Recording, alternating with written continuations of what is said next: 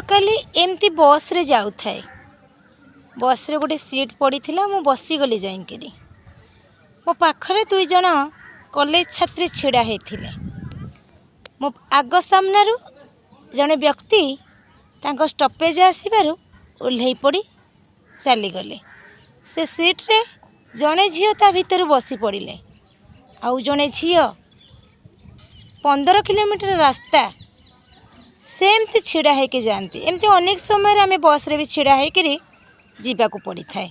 आपण मैंने भी बस रे छिड़ा होके जाइछन्ति कि नहीं कमेंट करेंगे। आ गोटे कथा से कथा को नहीं मु कहूची जे सांग हो गले जे समस्त भाग्य सामान हो एक कथा आदौ नुहे। से झीटी 15 किलोमीटर छिड़ा होके गला आ ता सांग 15 किलोमीटर बसी बसिका आनंद रे गला तापाई से दुख प्रकाश करुए निश्चय डाकू थाए आ से बसी पड़ा किंतु गोटे सीट रे 2 जन बसवा आदौ संभव है नहीं।